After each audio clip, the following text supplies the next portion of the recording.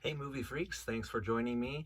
The movie we're going to talk about today has a lot to it, and so we've got a lot of stuff to unpack, so let's get to it. The Little Mermaid live action remake.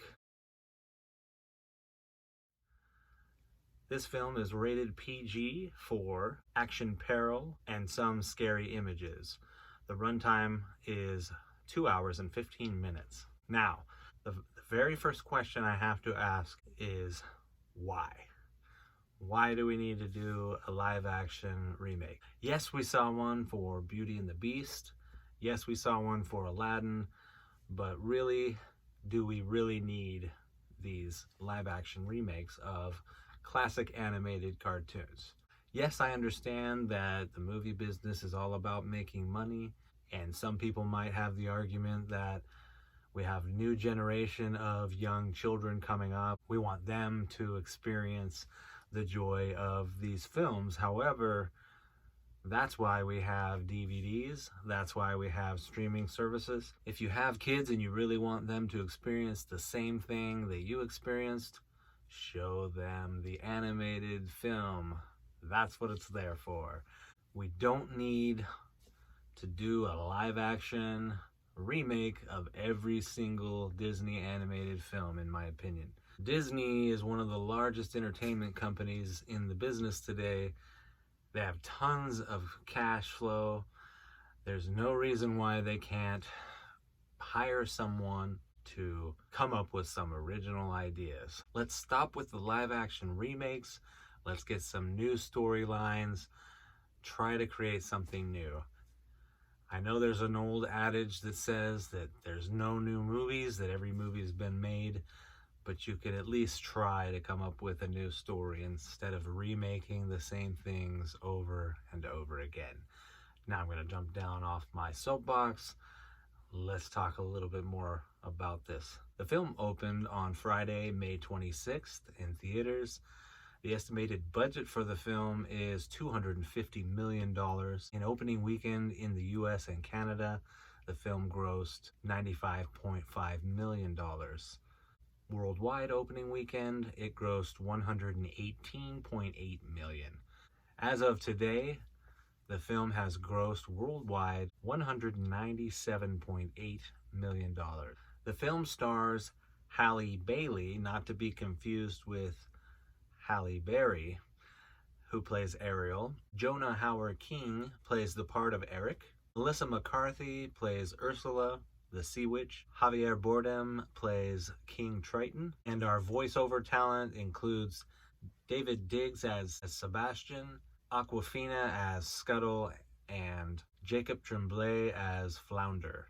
Easily the best parts of this film are two things. Number one, Halle Bailey does a fantastic job as Ariel, the Little Mermaid. The most noteworthy thing about her is she has a beautiful voice. Even more so, her facial expressions do a wonderful job of telling the story, especially when she doesn't have use of her voice.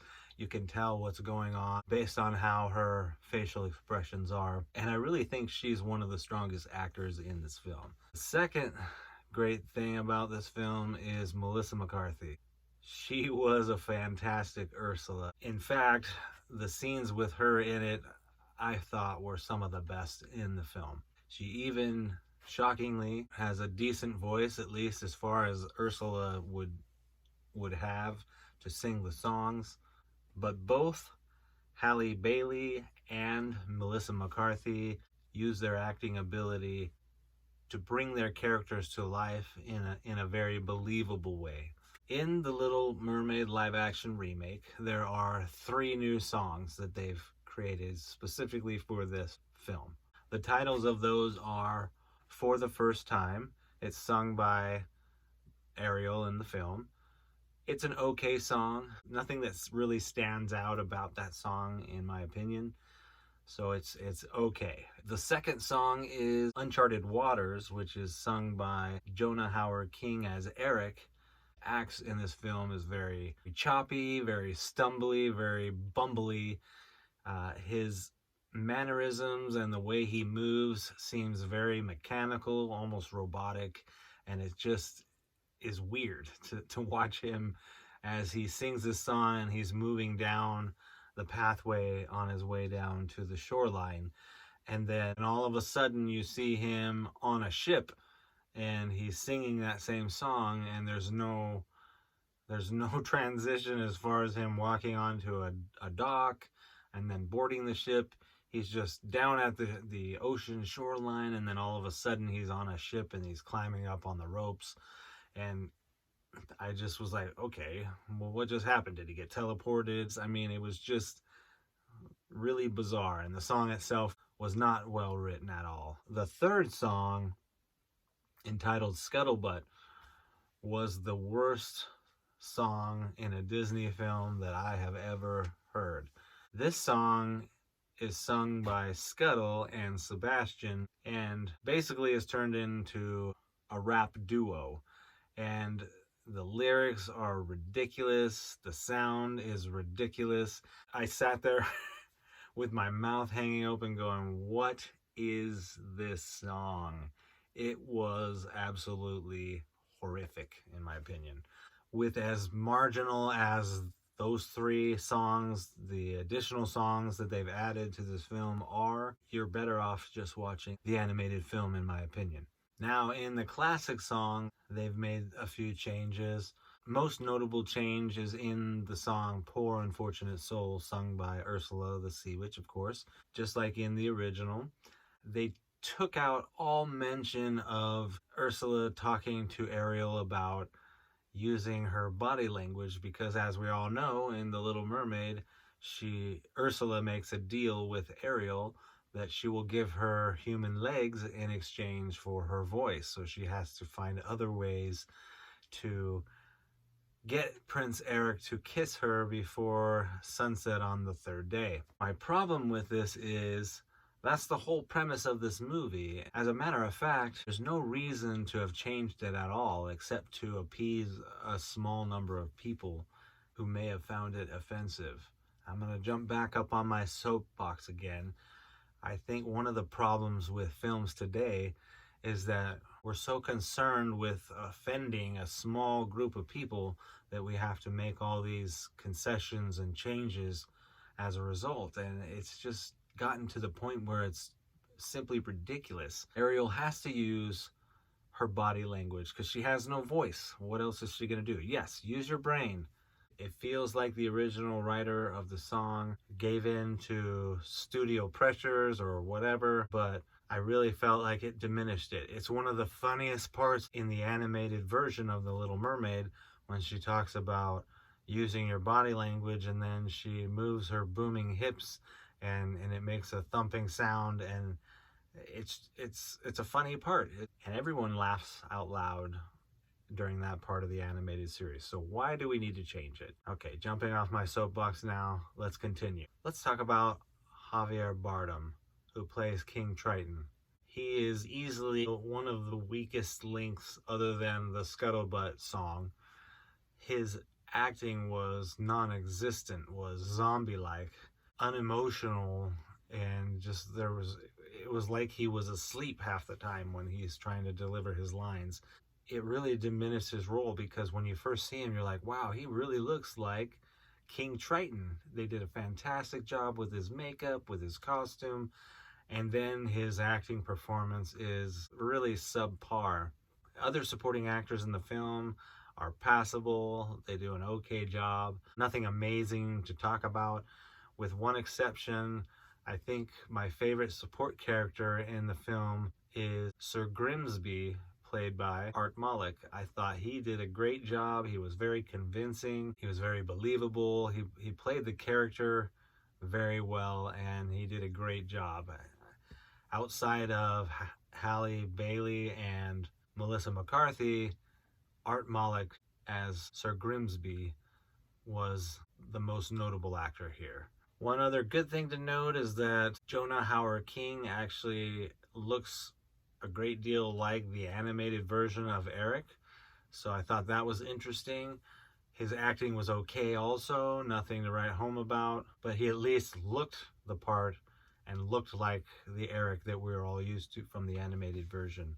The CGI in this film, frankly, I expected it to be a lot better than it was. They spent $250 million on this film, and I wonder where it went. Sebastian looked weird.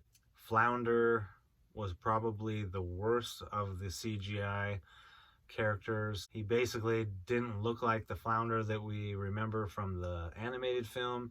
He just looked like a normal fish that talked, and it just seemed very weird and awkward. The only talking animal that did look normal was Aquafina's character, Scuttle. I actually thought it looked pretty realistic and looked like a bird should look, so that one wasn't too bad. With the exception of a few of the very first scenes, all of the ocean scenes were fairly dark. Not dark as far as, very evil, but dark visually. And it was sometimes very hard to see the action that was going on. Another real awkward moment in this film is there's a couple of times where Ariel's character sings songs in her head, and obviously you can't have her singing because she doesn't have her voice, although there is one part where they kind of change the scenery and you're to understand that it's her visualizing herself singing, and it's okay, but it only happens for a brief time and then it changes back and she's singing in her head, and to me it was awkward, just not what you would expect at all. I know that was a lot of stuff to talk about. Again, it's not that great. It was an unnecessary movie. There are some bright points, as I said. Halle Bailey should be commended for doing a really good job in this role. However, she's no Jodie Benson, who in my opinion is the best Little Mermaid. Maybe I'm biased because I grew up having seen the original one. But as far as things go, Halle Bailey did a pretty good job in that role. She had big shoes to fill. Overall, I give this film, because of a lot of the things that this film was lacking, I rate it a 5 out of 10. It's really one that you could skip and just have your kids or yourself just go and watch the original animated film. I looked at a few of the reviews from other people, and it's really all over the map. There's people who love it, there's people in the middle, and there's people that hate it. So I think when you're doing these kinds of live action remakes of animated films, you're taking a chance of alienating those people who loved the original one and trying to cater to a new audience. Just come up with a new story, come up with a new thing that nobody's seen, and put that out there so we can all enjoy something new. That's my opinion, and I'm sticking to it. Thanks so much for watching. As always, if you disagree with me or you just want to send a comment, you can send it to AmericanMovieFreaks@protonmail.com, or you can leave a comment. Until next time, I hope that I will see you at the show.